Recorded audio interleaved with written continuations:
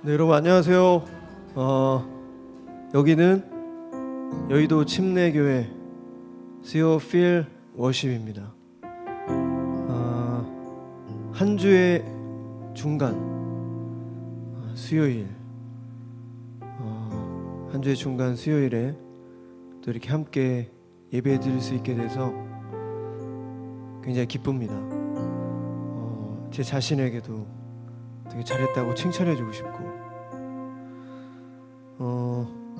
제가 오늘 제 SNS에 Feel 워십을 이렇게 소개하면서 부족해도 연약해도 무너져도 괜찮아,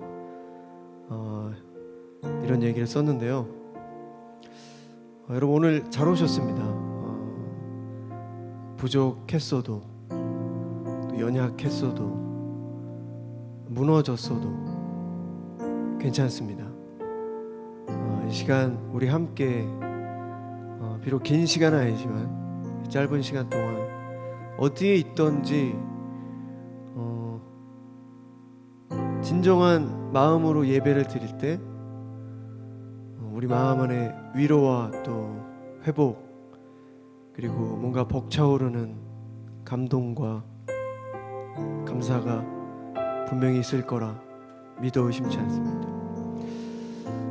시편 62편 7절 8절 말씀에 나의 구원과 명예가 하나님께 달려 있으니 그는 나의 든든한 반석과 피난처이시다. 나의 백성들아, 항상 하나님을 신뢰하고 그에게 모든 문제를 털어놓아라. 하나님은 우리의 피난처이시다. 아멘. 지금 우리 각자 있는 자리에서 두 눈을 감고 잠잠히 묵상하며 기도했으면 좋겠습니다. 하나님,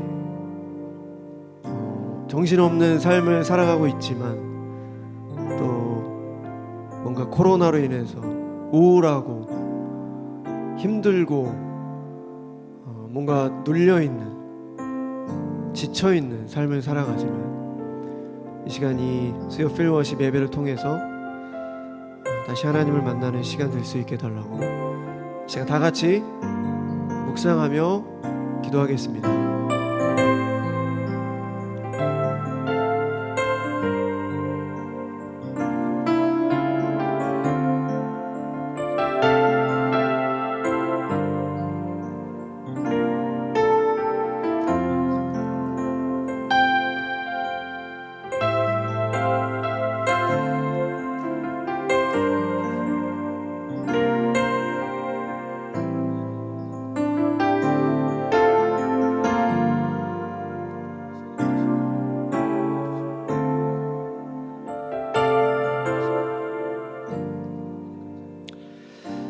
제가 어제 아침에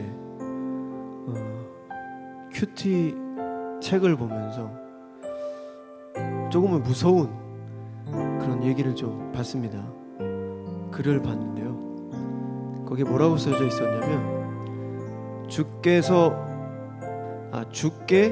마음을 두지 않은 채 하나님의 일을 하는 자는 평생 능력 없는 삶을 살게 될 것이다. 주께 마음을 두지 않은 채 하나님의 일을 하는 자는 평생 능력 없는 삶을 살게 될 것이다. 굉장히 좀 무서운 그런 얘기였습니다.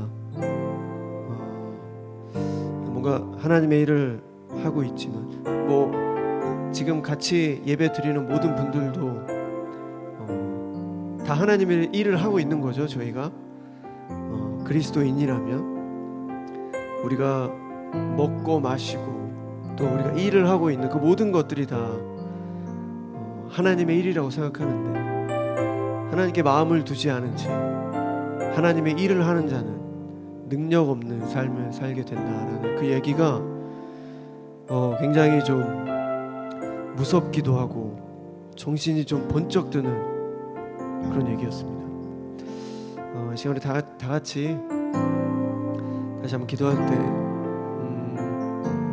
우리의 모든 삶이 다 하나님을 향한 일이라고 생각합니다. 숲에 우거져 있는 모든 동물과 식물, 자라나고 죽고 그 모든 것들이 다 하나님을 찬양하는 거라면 다 찬양하고 있다고 저는 생각하고, 저희도 마찬가지죠.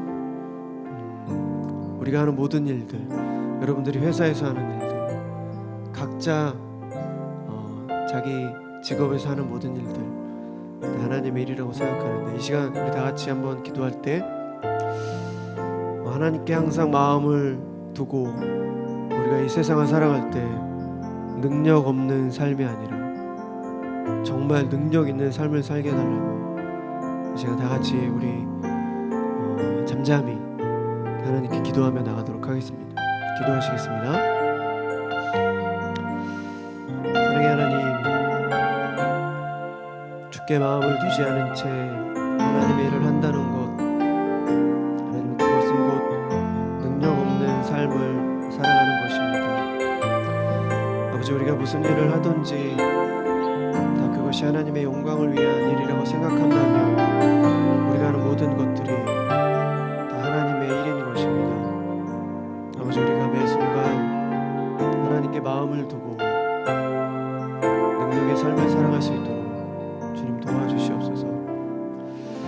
하나님, 지치고 또 부족하고 연약하고 무너진 모든 자들, 하나님 오늘 예배를 통해서 찬양과 말씀을 통해서 괜찮다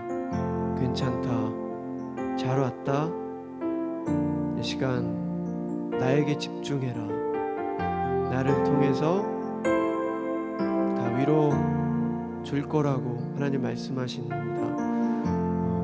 그저 감사와 기쁨으로 이 시간 이 예배에 집중할 수 있도록 주님 도와주시옵소서. 감사드리며 이 모든 말씀 예수 그리스도 이름으로 간절히 기도드렸습니다. 아멘.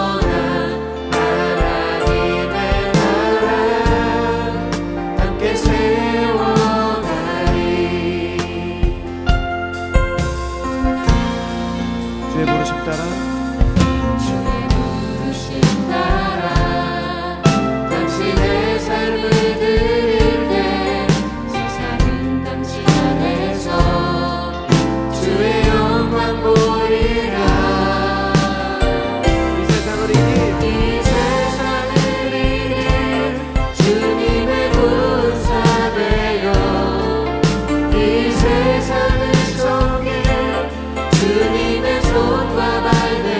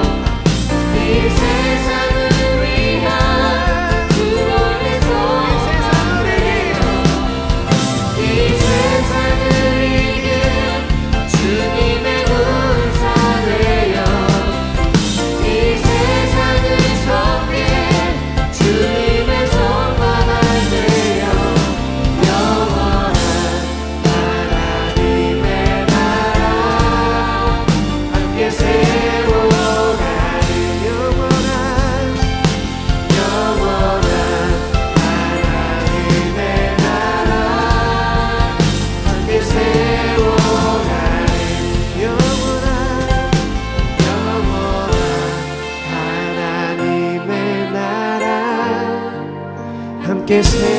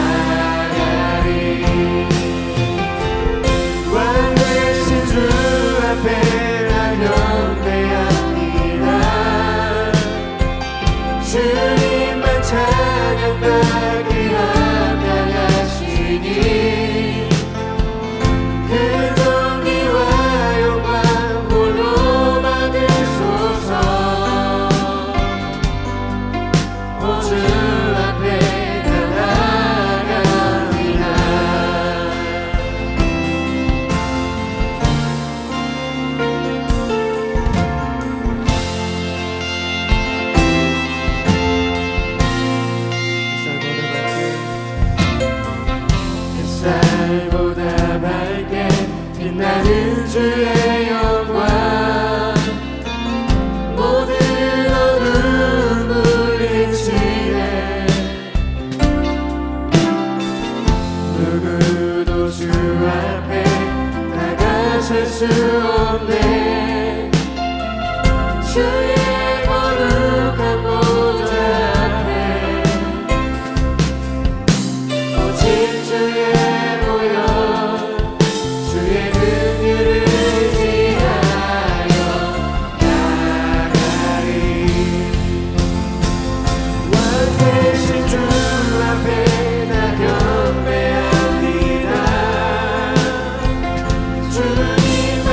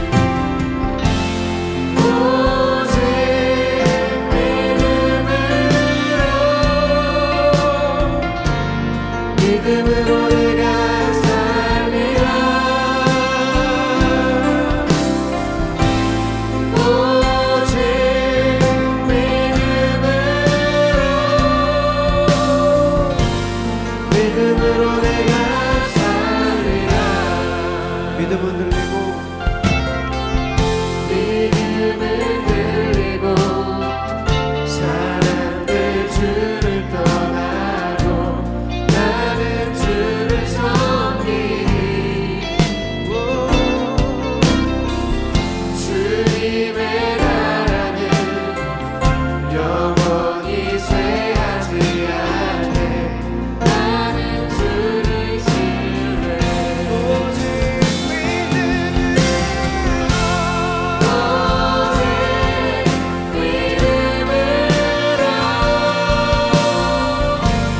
믿음으로 내가 살리라.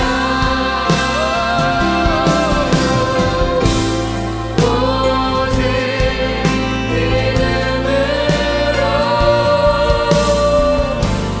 믿음으로 내가 살리라. 믿음으로 내가 살리라. 오직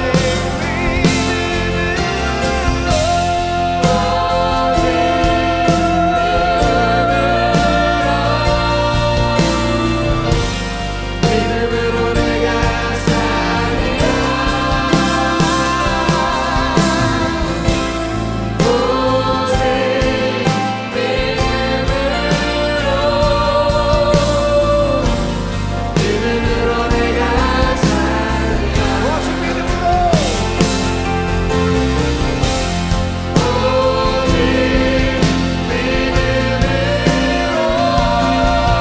오직 믿음으로 내가 살리라.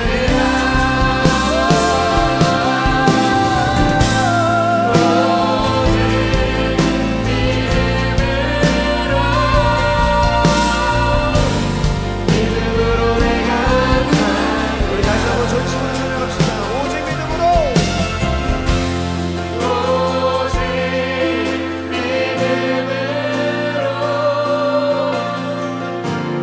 믿음으로 내가 살리라. 오직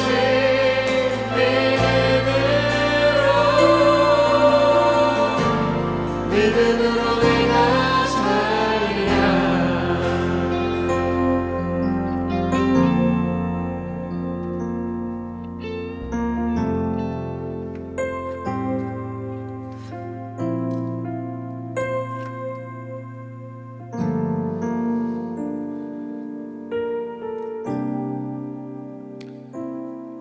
너의 하나님 여호와가 너의 가운데에 계시니 그는 구원을 베푸실 전능자이시니라. 그가 너로 말미암아 기쁨을 이기지 못하시며 너를 잠잠히 사랑하시며 너로 말미암아 즐거이 부르며 기뻐하시리라 하니라. 하나님, 넘어졌고 또 쓰러졌고 실패했지만 그런 저희 가운데 함께 하시며 내가 너로 인하여 기쁨을 이기지 못한다 말씀하시는 그 주님의 음성이 오늘 이 자리 이 시간 우리에게 들려지기를 소망합니다. 주님, 이 시간을 통해서 다시금 주님의 음성에 귀를 기울이며 주님이 오늘 나에게 주시는 은혜를 기대하고 소망함으로 주님 앞에 나아가오니 주님 오늘 말씀하여 주시고 우리 가운데 함께 하시는 살아계신 주님을 경험하는 시간 될 수 있도록 인도하여 주시옵소서.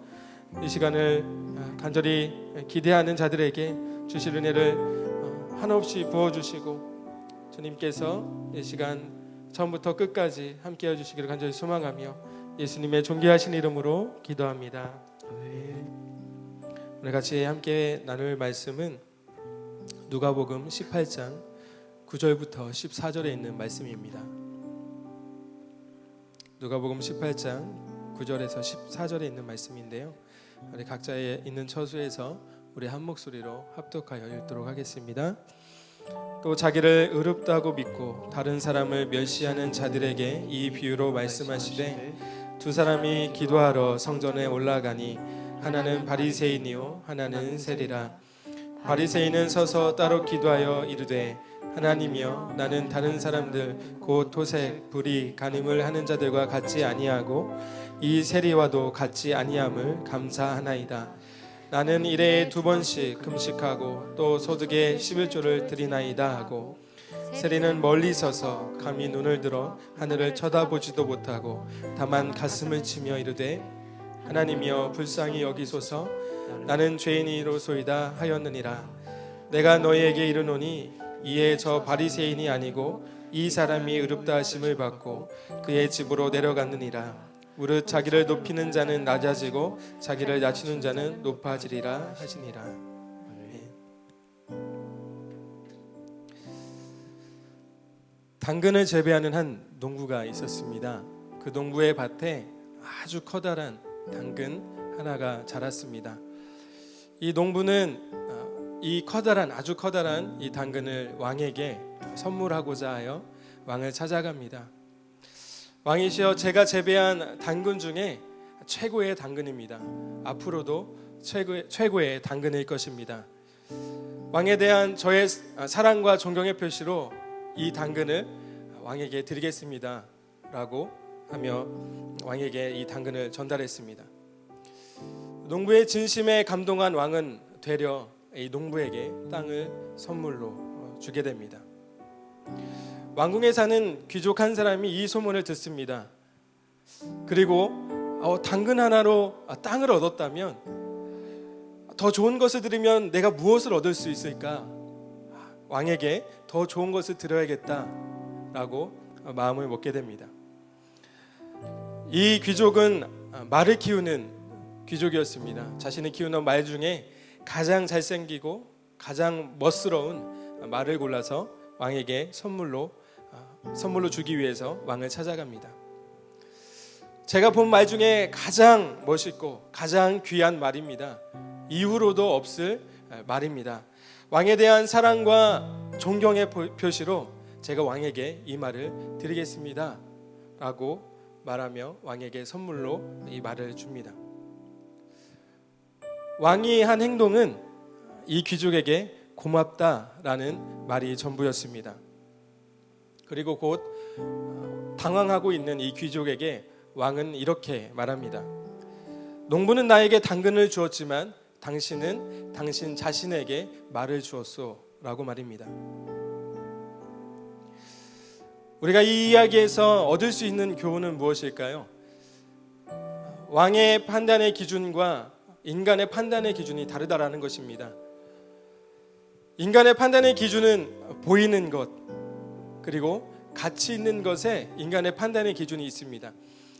이 귀족이 왕에게 말을 준 동기는 무엇일까요? 당근보다 더 나은 것을 들여서 더 나은 것을 얻는 give and take, 이것이 바로 세속적 가치. 여러분, give and take라고 하는 이 세속적 가치는 보편적 가치입니다. 어쩌면 이 귀족이 왕에게 드리려고 했던 말을 줬던 이 동기는 일반적이고 상식적인 동기였을 것입니다. 사실 당근과 말이 비교가 되는 대상은 아니죠. 사람 어느 누구에게나 당근이 좋을까요? 말이 더 값어치 있는 것일까요? 물어본다고 한다면 누구에게나 다 말이 귀하고 더 가치 있고 더 값어치 있는 것이라고 말할 것입니다. 성경은 이런 가치 판단에 대해서 뭐라고 이야기하고 있을까요? 사무엘상 16장 7절 하반절에 보니까 이렇게 기록되어 있습니다. 사람은 외모를 보거니와. 여러분, 이것이 진리이죠. 맞습니다. 사람은 외모를 봅니다. 사람은 중심을 보지 않습니다. 사람은 외모로 평가하고 외모로 보여지는 가치를 판단의 기준으로 삼습니다. 왕의 판단의 기준은 무엇일까요? 바로 마음이었고 중심이었고 진심이었습니다. 비록 적은 가치의 당근이었지만 왕에게 드리려고 했던, 대가를 바라지 않고 드렸던 이 농부의 진심이 왕으로부터 더 큰 가치를 얻어내는 동기가 되었다라는 것이죠. 그러나 더 큰 대가를 바랬던 이 귀족의 진심은 왕의 기준에 합당하지 않았습니다. 성경은 이 왕의 가치 판단의 기준을 뭐라고 기록하고 있을까요? 다시 이어서 사무엘상 16장 7절 말씀을 이어서 보면 나 여호와는 중심을 보느니라 기록되어 있습니다. 사람은 외모를 보거니와 나 여호와는 중심을 본다. 그래서 나는 사람과 같지 않다 라고 하는 것이 이 사무엘상 16장 7절의 핵심인 것입니다. 저는 여러분들에게 질문하고 싶습니다. 여러분, 하나님을 믿는 이유는 무엇인가요? 여러분이 하나님을 믿는 동기는 무엇에 있나요? 만약 여러분이 하나님으로부터 무언가를 얻기 위한 동기로 귀족과 같이 내가 더 큰 것을 드리면 하나님께서 나에게 더 큰 것을 주겠지라고 하는 동기로 하나님을 믿는다고 말하며 하나님께 무언가를 하고 있다고, 하나님 제가 시간을 드리고 있습니다, 제가 노력을 드리고 있습니다, 주님 제가 물질을 드리고 있습니다, 주님 제가 봉사하고 있습니다 라고 이야기한다면 여러분, 그것은 하나님을 위한 것이 아니라 그저 여러분의 자신을 위한 행동일 뿐임을 여러분이 기억하셔야 합니다. 그것은 하나님을 믿는 것이 아닙니다. 인간에게는 세 가지의 삶의 방식을 택하고 살아간다고 합니다. 첫 번째 삶의 방식은 비종교적 삶의 방식입니다. 구원자의 존재를 거부합니다. 그리고 다른 곳에서 구원을 찾습니다. 이 삶의 방식을 가지고 있는 사람들을 택할 수 있는 방법은 한 가지, 도덕적으로 선한 삶을 통해서 자기의 구원을 이루는 것입니다. 이것이 발전하여 도덕주의가 되었습니다. 두 번째 삶의 방식은 종교적 삶의 방식입니다. 어떤 종교도 상관없습니다. 그저 종교의 가르침대로 살아가는 종교적 행위로 구원의 정당성을 찾는 것입니다. 이들이 할 수 있는 유일한 방법은 율법을 철저하게 지키는 것입니다. 이것이 발전하여 율법주의가 되었습니다. 우리가 이 두 가지 삶의 방식을 마주하게 되는 아주 충격적인 결론은 어떤 것이냐면, 비종교적 삶의 방식과 종교적 삶의 방식이 표면적으로는 완전히 달라 보였다라는 것입니다. 그러나 중요한 것은 하나님이 구원의 주권자이심을 부정하고 자신의 행위가 구원의 주체라는 점에서 여러분 본질적으로 동일하다라는 것입니다. 마지막 세 번째 삶의 방식은 복음적인 삶의 방식입니다. 비종교적 그리고 종교적의 삶의 방식으로 스스로 구원자가 되려고 했던 것을 인정하는 것입니다. 그리고 이 복음적 삶의 방식을 취했던 사람들이 할 수 있는 방법은 스스로가 구원자가 될 수 없음을 인정하고 회개하며 그 구원자에게 구원과 긍휼을 구하는 것, 이것이 복음적 삶의 방식을 택한 자들이 할 수 있는 유일한 방법입니다. 갈라디아서 2장 21절은 이렇게 기록합니다. 만일 의롭게 되는 것이 율법으로 말미암으면, 만일 내가 구원받는 것이, 내가 의로운 사람이 되는 것이 율법으로 말미암으면 그리스도께서 헛되이 죽으셨다 말합니다. 예수 그리스도께서 십자가에 죽으실 필요가 없었다라는 것을 말하죠. 갈라디아서 5장 4절은 또 이렇게 얘기합니다. 율법 안에서 의롭다함을 얻으려는 너희들, 거룩한 삶으로, 거룩한 행위로 율법 안에서 의롭다함을 얻으려고 하는 너희는 그리스도에게서 끊어진 자요 은혜에서 떨어진 자로다 라고 기록하고 있습니다. 저와 여러분들은 그리스도인입니까? 저와 여러분이 그리스도인이라고 부른다고 한다면 우리는 어떤 방식으로, 어떤 삶의 방식을 가지고 살아가야겠습니까? 종교적 삶의 방식입니까? 아니면 복음적 삶의 방식입니까? 여러분들은 지금 어떤 방식으로 살아가고 있습니까? 여러분, 복음을 받아들인 것처럼 복음적 삶의 방식을 살아가고 있는지 오늘 이 시간 우리가 한번 묻고 싶습니다. 제가 다시 한번 질문해보겠습니다. 여러분, 기독교 신앙을 유지하고 있는 이유가 무엇이죠? 우리가 기독교 신앙을 유지하기 위해서는 예배해야 됩니다. 우리는 헌금 생활도 해야 됩니다. 말씀을 봐야 합니다. 또 기도해야 됩니다. 봉사해야 됩니다. 그럼에도 불구하고 여러분들이 기독교 신앙을 유지하는 이유, 그럼에도 불구하고 여러분들이 기독교 신앙을 가져야 되는 동기가 어디에 있습니까?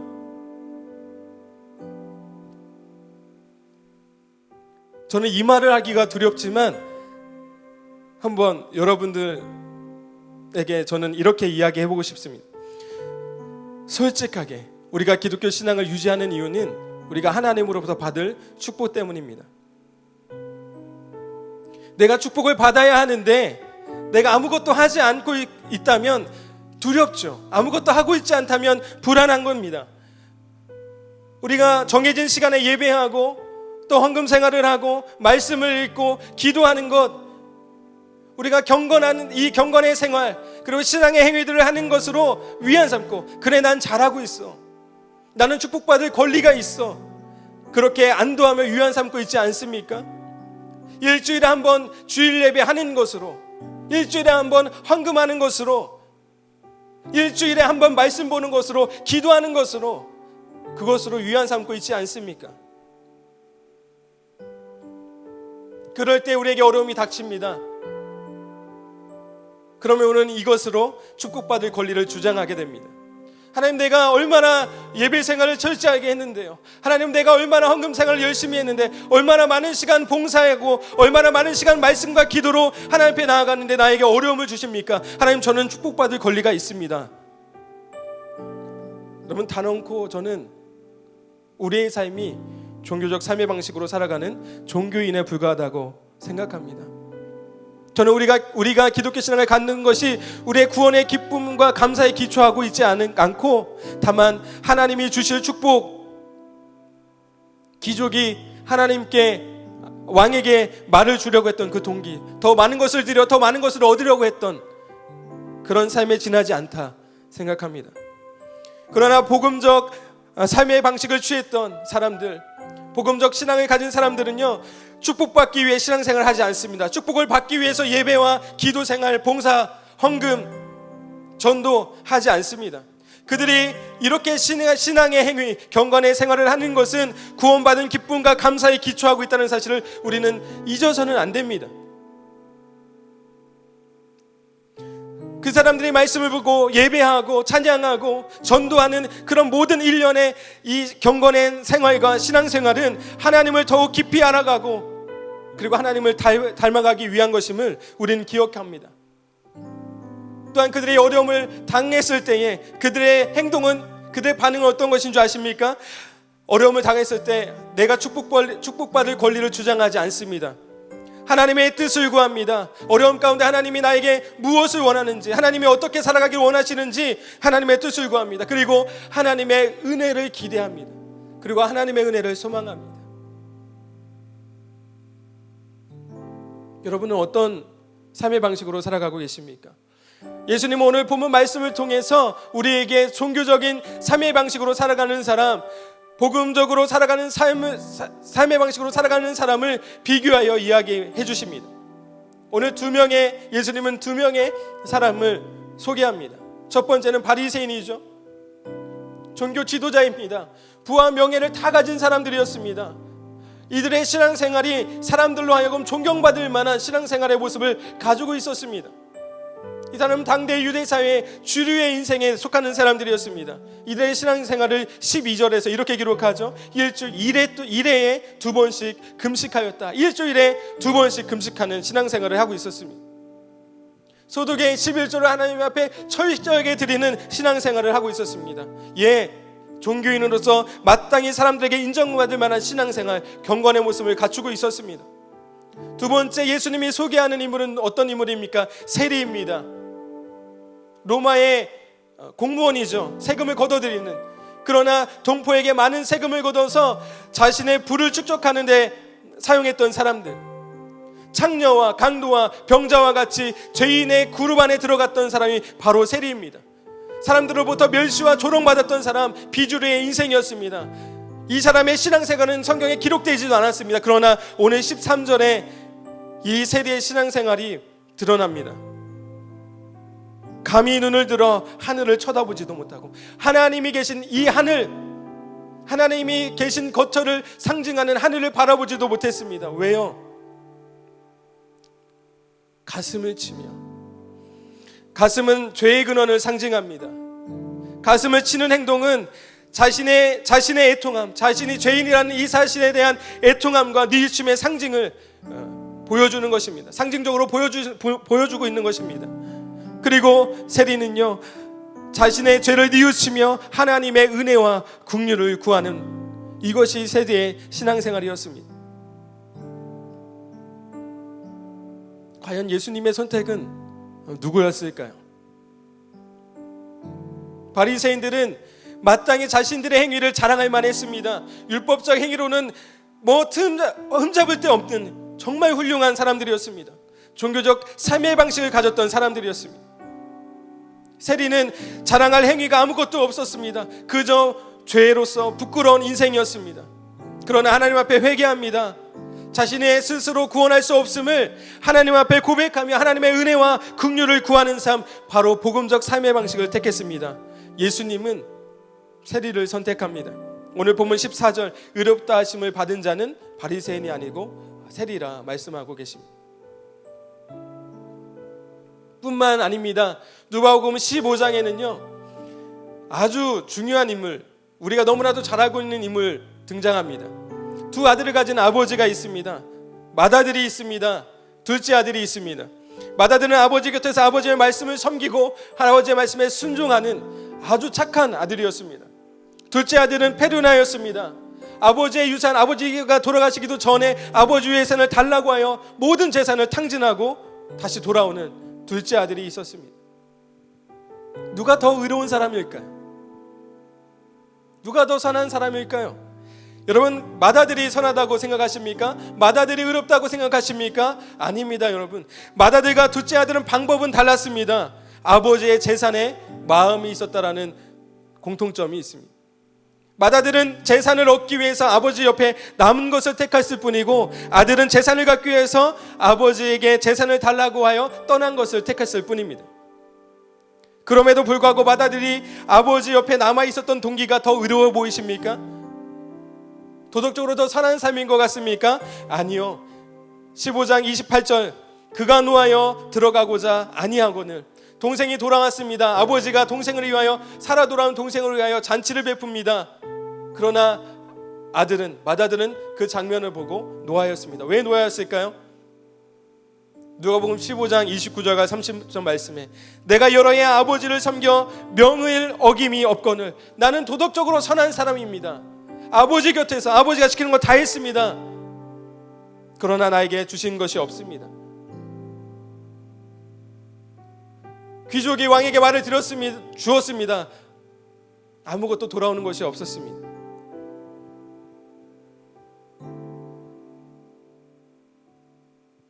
맏아들의 순종은 아버지의 재산을 얻기 위한 전략이었을 뿐입니다. 그런데 이제 둘째 아들이 다시 돌아오다 보니까 그것을 얻지 못하게 되어 분노하고 있을 뿐입니다. 누가 은혜를 받았을까요? 누가 아버지의 구원을 받았을까요? 15장이 끝날 때까지 맏아들과의 관계의 회복이 있었다라는 기록은 성경에 나와 있지 않습니다. 다만 둘째 아들은 아들의 명분을 회복하게 됩니다. 아들의 명분을 회복하는데 두 가지의 행동이 요인했습니다. 둘째 아들의 진정한 회개와 누이침, 그리고 아버지의 긍휼이었습니다. 우리의 인생은 바리새인과 맏아들과 같습니다. 온갖 경건 생활이 나를 구원해 주는 양 안도하고 그것으로 위안 삼고 있습니다. 하나님, 내가 이렇게 열심히 신앙생활을 합니다. 그것으로 나를 만족시키고 그것으로 위안을 삼으며 살아가고 있습니다. 그러나 맏아들과 둘째 아들의 방식은 모두 실패했습니다. 그리고 하나님은 완전히 다른 방법이 우리에게 필요함을 아셨습니다. 그 방법이 바로 복음적 삶의 방식이었습니다. 하나님께서 우리에게 요구하시는 것은 행동이 아니라 마음인 것입니다. 호세아 6장 6절의 말씀에 보니까 나는 이레를 원하고 제사를 원하지 아니한다 말씀하십니다. 내가 너에게 원하는 것은 제사가 아니다. 내가 너에게 원하는 것은 번제가 아니다. 내가 너에게 원하는 것은 나를 향한 변하지 않는 사랑이다 말씀하고 계십니다. 거룩한 삶이 필요 없다라는 말을 하고 있는 것이 아닙니다. 거룩한 행동을 하고자 했던 동기가 무엇이냐, 그것이 중요한 것입니다. 우리의 삶이 비록 지금은 종교적 삶의 방식, 바리새인과 첫째 아들과 같지만 우리는 잠재적인 세리와 둘째 아들과 같은 사람들입니다. 우리는 또 넘어지고 또 쓰러지고 아버지를 떠나는 둘째 아들, 죄 가운데 허우적대고 있는 세리와 같은 모습으로 살아갈지도 모르겠습니다. 그러나 아버지는 기다리고 계십니다. 진정한 회개와 긍휼을 구하는 자에게 은혜와 긍휼 그리고 사랑과 회복을 주시기 위해서 여전히 기다리고 계십니다. 그 방법이 바로 예수 그리스도입니다. 우리의 행위가 아니라 예수 그리스도, 그분을 믿는, 그분이 우리를 위해서 행하신 그 모든 일들을 믿는 것, 로마서 10장 10절을 통해서 사람이 마음으로 믿어 의에 이른다고 말씀하신 것처럼 나의 행위를 정당화하고 위안으로 삼지 않는 저와 여러분 되시기를 주님의 이름으로 축복합니다. 연약과 부족함을 인정하는 진정한 회개를 통해서 은혜를 경험하여 우리가 종교적 삶의 방식에서 복음적 삶의 방식으로 변화되어지는 그런 저와 여러분들이 되시기를 주님의 이름으로 축복합니다. 여러분, 우리 괜찮습니다. 세리의 삶도 괜찮습니다. 둘째 아들의 삶도 괜찮습니다.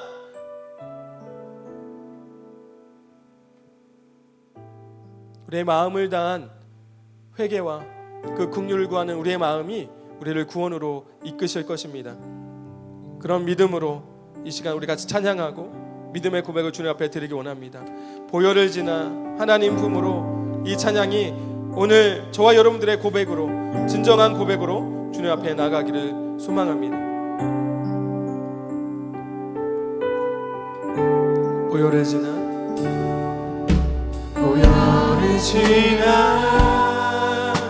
하나님 품으로, 보혈을 지나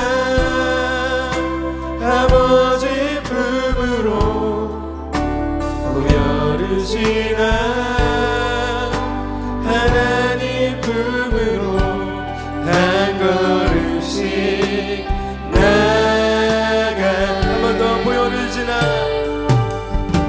보혈을 지나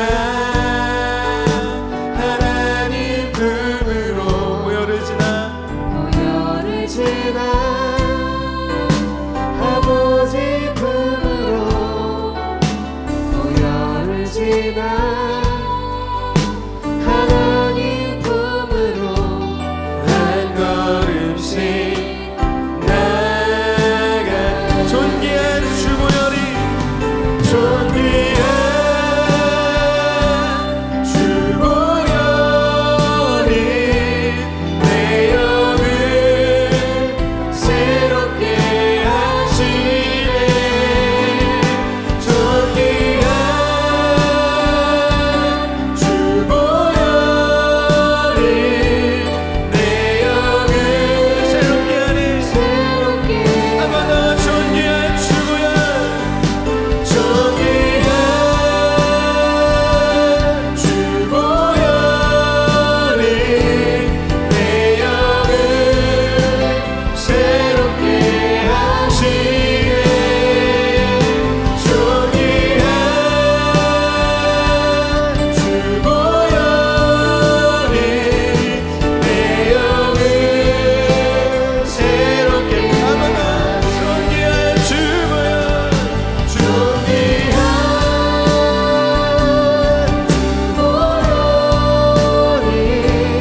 내 영을 새롭게 하시네. 존귀한 주 보혈이 내 영을 다시 한번 우리 전심으로. 존귀한 주 보혈, 존귀한 주 보혈이 내 영을 새롭게 하시네. 존귀한 주 보혈이 내 영을 새롭게 하네. 여러분, 이 시간 지금 있는 그 자리에서 우리 같이 함께 기도했으면 좋겠습니다. 여러분, 우리 그럴 수 있어요. 우리 실수할 수 있습니다. 지금 내가 잘하고 있다고 믿고 그렇게 여길 수 있습니다. 우리가 눈에 보여지는 우리의 이런 신앙의 생활들이 우리를 구원할 수 있다고, 이것이야말로 거룩한 삶이라고, 하나님 앞에 구별된 삶이라고 그렇게 믿고 그렇게 신앙생활을 할 수 있습니다. 여러분, 그러나 오늘 하나님께서 우리에게 원하시는 것은 우리의 거룩한 신앙의 행위, 하나님의 말씀대로 철저하게 따르는 그런 삶보다도 하나님을 변함없이 사랑하고 변함없이 하나님을 찾고 하나님을 더욱더 깊이 알고자 하는 이 마음, 하나님 앞에 우리의 삶과 진심을 하나님 앞에 드리기를 원하는 그 마음을 하나님께서 기뻐하신다는 사실입니다. 그리고 하나님 우리의 행위가 아니라 예수 그리스도를 믿는 그 믿음으로 우리가 구원을 얻는다는 이 사실을 우리가 다시 한번 기억하시면서 하나님 우리가 의지하던 나의 삶과 나의 생애와 나의 신앙의 그런 거룩한 행위들이 아니라 오직 예수 그리스도를 의지함으로 믿음으로 고백하며 나아가는 우리의 인생으로 변화시켜 주시옵소서. 우리가 다시금 복음적 삶의 방식으로 살아갈 수 있는 은혜를 허락하여 주셔서 이제 없었던 하나님의 은혜와 긍휼과 자비를 구하는 하나님 우리의 삶과 인생이 될 수 있도록 인도하여 주시옵소서. 그렇게 하나님께서 우리 가운데 함께 하시며 내가 너로 인하여 기쁨을 이기지 못한다라고 고백하시는 말씀하시는 그 음성 들을 수 있도록 인도하여 달라고 이 시간 합심하여서 우리 같이 동서로 같이 기도하며 나아가겠습니다. 같이 기도하겠습니다.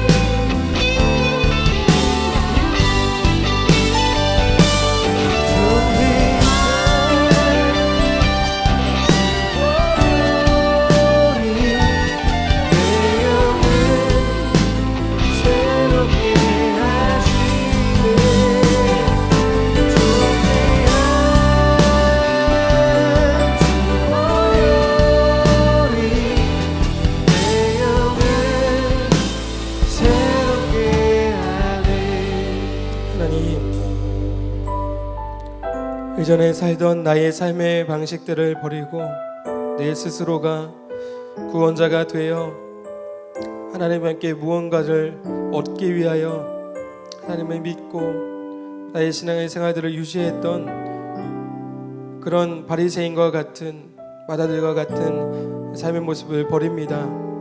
그리고 애통하며 감히 하나님 앞에 나아갈 수 없어 하나님의 긍휼을 구하는 우리의 진심을 받아주시고 불쌍히 여기시고 긍휼히 여겨주셔서 하나님의 구원을 받아 기쁨과 감사함으로 날마다 주님을 찬양하고 예배하는 그런 우리의 삶이 될 수 있도록 인도하여 주시옵소서. 그래서 복되고 복음 안에서 기뻐 뛰며 하나님을 자랑하는 나의 신앙의 행위를 자랑하는 것이 아니라 오직 주님만 자랑하는 우리의 삶과 인생 될 수 있도록 인도하여 주시옵소서. 감사와 찬양 주님 앞에 올려드립니다. 예수님의 존귀하신 이름으로 기도합니다. 아멘.